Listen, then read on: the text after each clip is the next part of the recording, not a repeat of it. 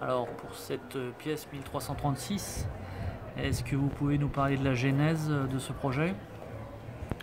Moi, de toute façon, j'ai toujours été attiré par les choses collectives, enfin, par l'histoire d'autogestion des LIP, par exemple, j'ai beaucoup suivi toutes ces choses-là. Donc voilà, les Fralib, j'ai suivi par les médias interposés l'histoire, et j'avais envie d'aller faire quelque chose dessus. Voilà, c'est un peu bizarre d'être passionné par le collectif et finalement se retrouver seul sur un plateau, mais c'est comme ça. Et donc voilà, la genèse, c'est que je travaille à la commune de Saint-Étienne, avec qui je suis un partenaire privilégié, je peux monter des projets, enfin je peux leur proposer des choses qui sont susceptibles d'accepter. Ce qu'ils ont fait, ils m'ont soutenu pour que j'aille donc dans l'usine faire ces choses-là. Et au début, j'arrivais pas à les joindre, les Fralib, j'avais du mal, donc, parce que c'était entre la fermeture de Fralib, entre la fin, la signature de l'accord de fin de conflit, donc la fin de Fralib et la SCOP.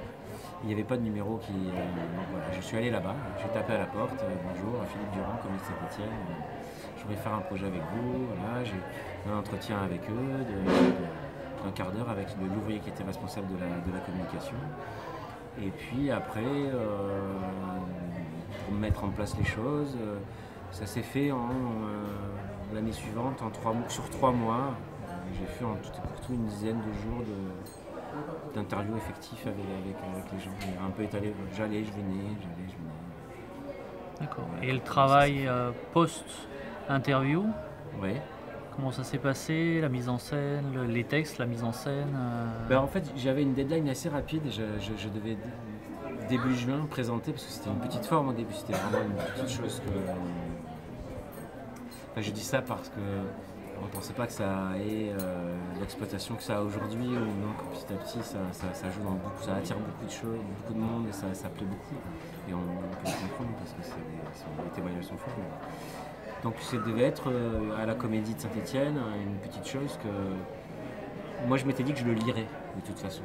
Donc c'était vraiment une petite forme que je lis. Sauf que le texte, j'ai terminé le texte 2 jours avant la présentation de ce machin. Et parce que le texte a été un sacré travail, j'ai enregistré le son des ouvriers, enfin le son des interviews, j'ai retranscrit ce qui me semblait potentiellement intéressant, puis par la suite j'ai organisé par thème, et puis après essayer de créer un récit, parce qu'eux ils racontent tout dans le désordre. Et moi j'ai essayé que ça fasse un récit pour le spectateur, sans que ce soit trop non plus didactique, parce que ce qui m'intéresse aussi c'est la langue qu'il y a à l'intérieur. Il y a une langue qui est très imagée, qui est très forte, qui est comme un trésor populaire que j'avais déjà découvert auparavant. En fait, c'est pas sur ce projet-là que j'ai fait pour cette forme. Quand on est arrivé à Saint-Étienne avec Arnaud Meunier à la Comédie de Saint-Étienne, il y avait un petit événement local dont le thème était Mémoire d'une ville. Et je suis trop long là, ou c'est bon? Non, très bien. Qui s'appelait Mémoire d'une ville, et donc j'ai décidé, moi qui ne connaissais pas bien Saint-Étienne, d'aller à la rencontre de Stéphanois et de les interviewer, et je pensais écrire à partir de ces interviews. Et en fin de compte, j'ai interviewé des gens. Quand j'écoutais les bandes après, je me suis dit, mais comme je ne suis pas un vrai auteur, que c'était la première fois que je voulais écrire, je me suis dit, mais non, mais tu vas garder ces paroles brutes comme elles sont là, parce que tu as un trésor populaire de bon sens, j'aime pas trop ce terme, mais de poésie populaire par moment, de pensée philosophique politique aussi. Enfin, il y avait des choses, il y avait Générosité. de générosité et puis avec des formules, voilà, un langage que moi j'ai toujours aimé les langues un peu singulières, puis avec un accent. Déjà à Saint-Étienne, il y avait déjà un accent singulier, je les questionnais beaucoup là-dessus, parce qu'ils ont honte beaucoup, les Stéphanois, de leur accent. Ils n'aiment pas.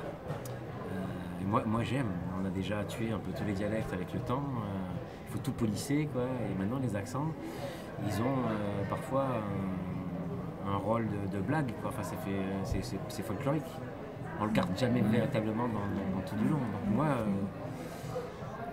moi j'aimais bien ça, le défendre. Cette parole, on n'entend pas souvent sur les plateaux, avec cet accent en plus.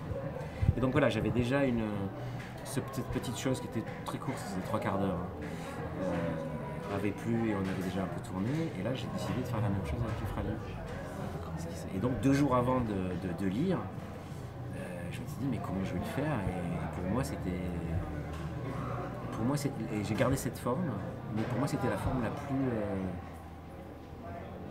dans l'urgence c'était la seule chose que je pouvais faire, être à la table et lire. Et j'avais déjà mis les boîtes à côté, éclairées comme un trésor de guerre.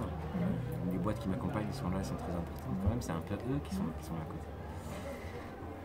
Et je m'étais dit, mais oui, ben voilà, mais alors maintenant, il faut faire l'accent marseillais, on est obligé, quoi. C'est une espèce de forme de respect aussi de C'est-à-dire leur... que si je choisis d'être dans l'oralité, de garder toutes les fautes de français, les répétitions, les machins, il y a une langue qui s'écrit qui est, si je le fais avec l'accent français, ça va pas l'accent parisien, ça va pas l'intérêt.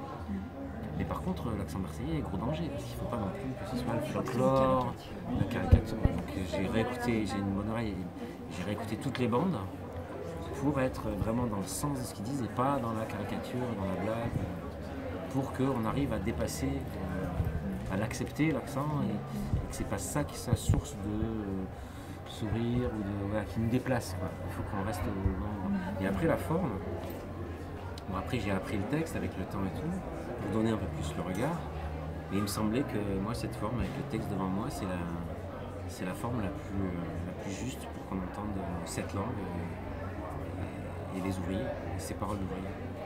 Tu fais une mise en scène, tu vas être obligé de créer un espace, et quand tu vas changer de personnage, comment tu vas faire.